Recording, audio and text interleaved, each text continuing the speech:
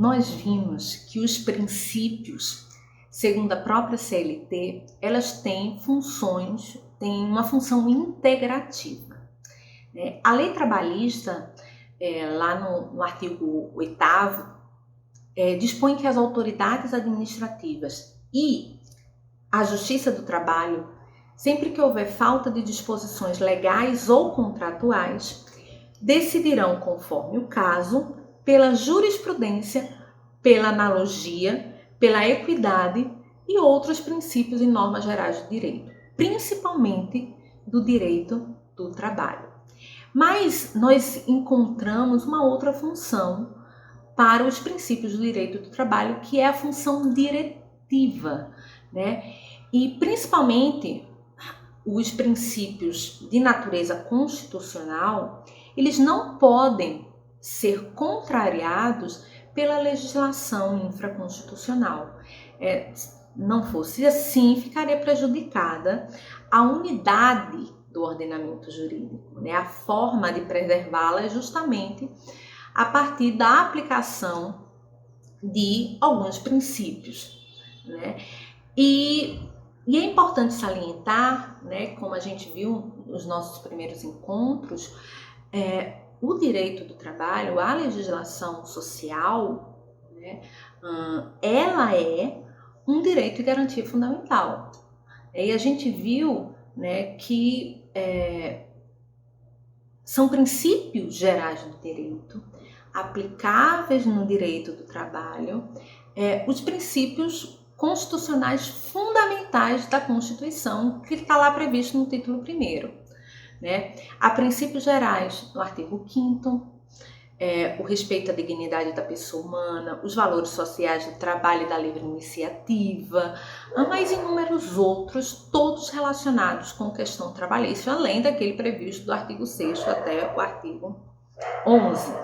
Né? Mas nós temos princípios constitucionais específicos que também trabalhamos no nosso primeiro encontro. Por exemplo, liberdade sindical, do artigo 8º, não interferência do Estado na organização sindical, também no artigo 8º, direito de greve no artigo 9º, representação dos trabalhadores da empresa lá no artigo 11º, reconhecimento de convenções e acordos coletivos lá no artigo 7º, inciso 27 e etc. Né? Vamos ter vários outros.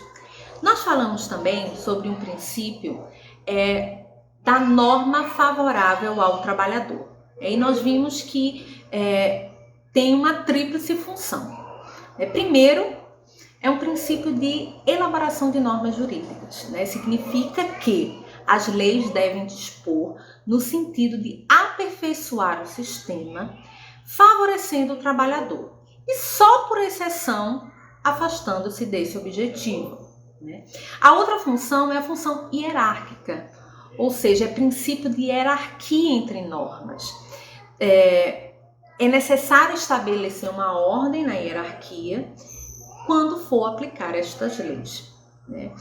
E assim, havendo duas ou mais normas, estatais ou não estatais, aplica-se aquela que mais beneficiar o empregado. E a terceira função, né, do princípio da norma mais favorável ao trabalhador é a função interpretativa, né, que se houver obscuridade quanto ao significado de normas, prevaleça sempre a interpretação que conduz a um resultado que melhor identifique o sentido social do direito do trabalho. Nós temos também o princípio da condição mais benéfica, um princípio importante que acaba significando que na mesma relação de emprego, uma vantagem que já foi conquistada, ela não pode ser reduzida, ela não pode ser retirada. E também nós temos o princípio da irredutibilidade dos direitos, né, que prescreve que é nulo todo ato destinado a fraudar, desvirtuar ou impedir a aplicação da legislação trabalhista. Ou seja, só é permitida alteração nas condições de trabalho com o consentimento do empregado e ainda assim, desde que não lhe acarretem prejuízo sob pena de nulidade. E qual é o âmbito de aplicação da CLT? Né? Nós temos o âmbito pessoal, que ao verificar consiste em determinar a que tipo de pessoas a lei é aplicável, e a CLT ela é aplicável a trabalhadores, mas não a todos os trabalhadores, né? Porém apenas aqueles por ela mencionados e que são empregados, o conceito lá do artigo 3º que a gente vai trabalhar, né? Não há discriminação em relação aos empregados. Todos os trabalhadores que se enquadrem como tal são alcançados pela CLT. E quais seriam os trabalhadores excluídos? Basicamente, o trabalhador autônomo, o eventual e o empreiteiro. Esse é o âmbito pessoal de aplicação da CLT. Mas também nós temos o âmbito material. E para saber qual é o âmbito material de aplicação da CLT, é o mesmo que definir os tipos de relações jurídicas, né?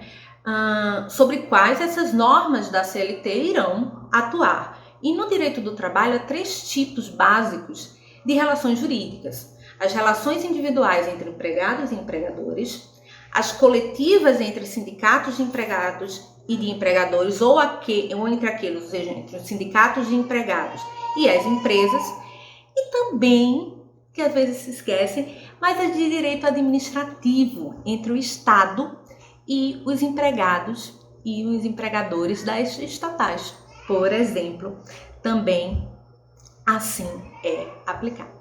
Bem, com isso a gente termina esse nosso 3º encontro, né? E na próxima semana nós vamos tratar sobre o direito individual do trabalho e também o contrato de trabalho.